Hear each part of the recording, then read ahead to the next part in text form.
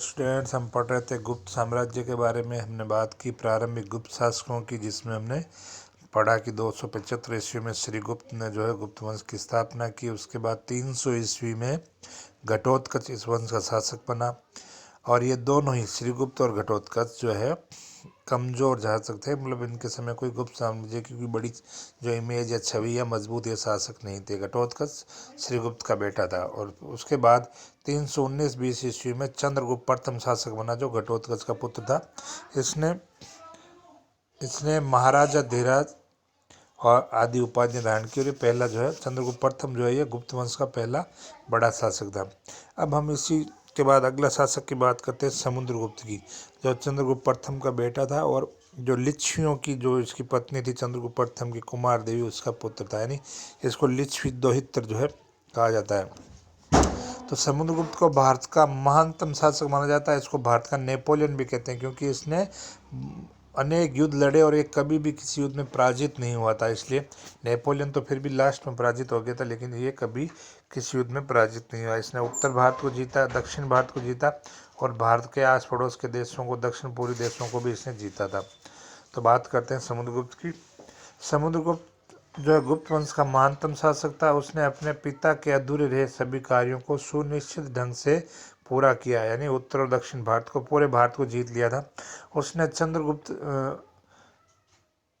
चंद्रगुप्त के राज्य का विस्तार लगभग पूरे भारत में किया। ऐसा कहा जाता है कि समुद्रगुप्त जो है कभी भी किसी युद्ध में हारा नहीं, और इसी कारण से उसको भारत का नेपोलियन कहते हैं। नेपोलियन के बारे में सेकेंड ईयर में पढ़ोगे आप लोग। फ्रांस का शासक था, तो उसने भी बहुत बड़े क्षेत्र विजय हासिल की थी, लेकिन ये नेपोलियन लास्ट में हार गया था, लेकिन अपना समुद्रगुप्त कहीं भी नहीं हारा था। तो जो पहला टॉपिक ले लेते हैं, समुद्रगुप्त का राज्याभिषेक कब होता है। तो प्रयाग प्रशस्ति बोलते हैं या इलाहाबाद स्तंभ लेख बोलते हैं के अनुसार ये जो परीक्षा में पूछ जाता है कि प्रयाग प्रशस्ति किस राजा से संबंधित है, तो समुद्रगुप्त संबंधित है। हरिशेन ने उसको लिखा था, जो समुद्रगुप्त के दरबार में था। तो प्रयाग प्रशस्ति या इलाहाबाद स्तंभ लेख के अनुसार समुद्रगुप्त को उसके पिता ने उसकी योग्यता से प्रभावित होकर के, मतलब सबसे बड़ा बेटा नहीं था फिर भी इसको सम्राट बनाया, तो योग्यता से प्रभावित होकर के सम्राट के रूप में चुना।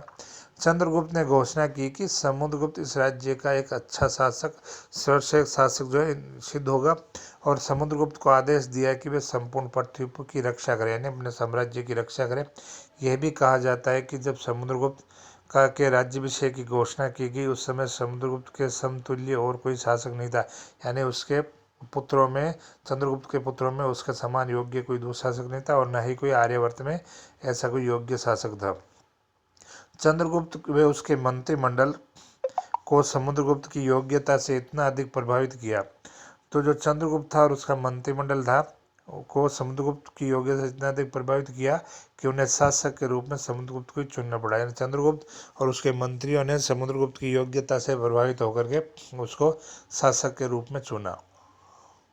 अगला है इलाहाबाद स्तंभ लेख में समुद्रगुप्त की जानकारी। इलाहाबाद स्तंभ लेख या प्रयाग प्रशस्ति एक ही चीज़ है, तो इससे समुद्रगुप्त संबंधित है और समुद्रगुप्त की उपलब्धियों, महानताओं का वर्णन करती है। तो क्या बताती है, तो प्रयाग प्रशस्ति लेख में समुद्रगुप्त की बहुत प्रशंसा की गई है। कहा जाता है कि समुद्रगुप्त ने चारों ओर अच्छाई का प्रसार किया, वे बुराई का नाश किया, वह बहुत दयालु था, स्वभाव से नम्र था, बड़ों की आज्ञा का पालन करने वाला था, छोटों के प्रति प्यार व इज्जत की भाव रखता था। समुद्रगुप्त ने हजारों गायें दान में दी थी ना, पहले गायों का दान बहुत महत्वपूर्ण समझा जाता था। वे दीन निर्धन पीड़ितों और असहाय व्यक्तियों की सहायता करने के लिए हृदय सदैव जो है तत्पर रहता था। वे प्रत्येक मानव के प्रति करुणा व दया का भाव रखता था। जिन राजाओं को वे परास्त कर देता था, उसके बाद उनकी संपत्ति उन्हें पुनः लौटा करके अपने अधीन रखता था। मतलब वे तीक्ष्ण बुद्धि वाला, गायन और संगीत में दक्षता से उसने देवताओं के स्वामी इंद्र के गुरु नारद को भी लज्जित कर दिया। कहने मतलब है उनके समकक्ष या उनके श्रेष्ठ जो है संगीत में, गायन में दक्ष था। वो अपने काव्यों से उसने कविराज की उपाधि प्राप्त की। जो काव्य लिखता था तो उसकी वजह से उनको कविराज भी कहा गया। उसकी रचनाएं उच्च कोटि की थी, मानवता के लिए हमेशा कार्य करने को तैयार रहता था। उसको इस प्रशस्ति में पृथ्वी पर रहने वाला देवता कहा गया है। तो मतलब इतना अच्छा था कि सेवा भाव की वजह से लोग उसे पृथ्वी पर देवता का रूप मानते थे। समुद्रगुप्त की समस्त विजयों को देखते हुए इसे पृथ्वी का सबसे महान सम्राट कहा गया है। अगला टॉपिक लेते हैं समुद्रगुप्त के साम्राज्य विस्तार।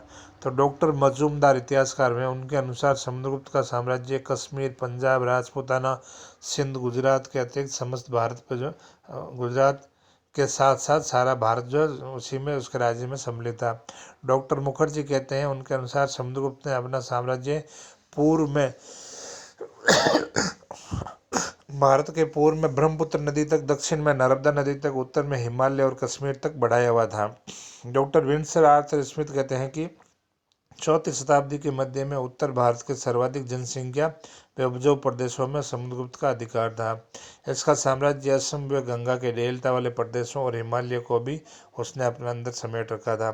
दक्षिण के लगभग सभी राज्य समुद्रगुप्त ने जीत लिए थे। तो ये समुद्रगुप्त का मतलब अलग अलग समुद्रगुप्त जो है पूरे भारत पर शासन करता था, पूरा भारत उसके अधीन था। हालांकि दक्षिण भारत को उसने जो है दोस्ती करके राजाओं से टैक्स वसूल करता था, जो उसके अधीन जो सामंत के रूप में काम करते थे। समुद्रगुप्त द्वारा अश्वमेध यज्ञों का आयोजन। तो अपनी विजयों के बाद जो है विशाल साम्राज्य को सुदृढ़ करने के लिए समुद्रगुप्त ने अश्वमेध यज्ञ का आयोजन किया। अश्वमेध यज्ञ हम पहले बात कर चुके हैं। यज्ञ होता है, घोड़े को बांधा जाता है, फिर ऋषि मुनि यज्ञ का आयोजन करते हैं। राजा जो है यज्ञ में रानी के साथ बैठता है, फिर घोड़े को छोड़ा जाता है। घोड़ा जिस क्षेत्र में जाता है दूसरे राज्यों में, अगर उसको रोकते हैं तो युद्ध होता है, नहीं रोकते तो वो क्षेत्र उसके अधीन हो जाता है। और फाइनली पूरे क्षेत्र में घूमने के बाद में घोड़ा वापस यज्ञ वेदी पे आता है, जहाँ उसकी बलि चढ़ाई जाती थी। तो यज्ञों का आयोजन किया इसने, अश्वमेध यज्ञों का। उसके कुछ सिक्के इस बात की पुष्टि करते हैं कि उसने एक भव्य और विशाल अश्वमेध यज्ञों का आयोजन किया था। इस अवसर पर उसने अश्वमेध यज्ञ के अवसर पर सोने के सिक्के बनाए थे और ये सिक्के ब्राह्मणों को दान में दिए गए थे। इन सिक्कों पर यज्ञ वेदिका के सामने एक घोड़ा बना हुआ है। तो ये सिक्के के बारे मतलब ये घोड़ा अश्वमेध यज्ञ को दिखाता है। यह अश्वमेध यज्ञ का आयोजन का प्रमाण था। समुद्रगुप्त ने अश्वमेध यज्ञ की प्रथा को पुनः गठित वापस जो है तो इसने अश्वमेध यज्ञ के प्रथा को पुनः प्रारंभ किया था। जो पहले पुष्यमित्र शुंग ने अश्वमेध यज्ञ किया, हमने पढ़ा था पुष्यमित्र शुंग को। तो उसके बाद इसने जो अश्वमेध यज्ञ का आयोजन पुष्यमित्र शुंग के बाद में हुआ नहीं था अश्वमेध यज्ञ, तो वापस समुद्रगुप्त ने जो है इसका आयोजन किया। और समुद्रगुप्त ने 400 वर्षों बाद अश्वमेध यज्ञ का आयोजन करके इस प्रथा को पुनः जीवित किया था। तो नेक्स्ट हम अगला टॉपिक आगे लेंगे, समुद्रगुप्त के विभिन्न सिक्के, और ये आगे कल की क्लास में लेंगे।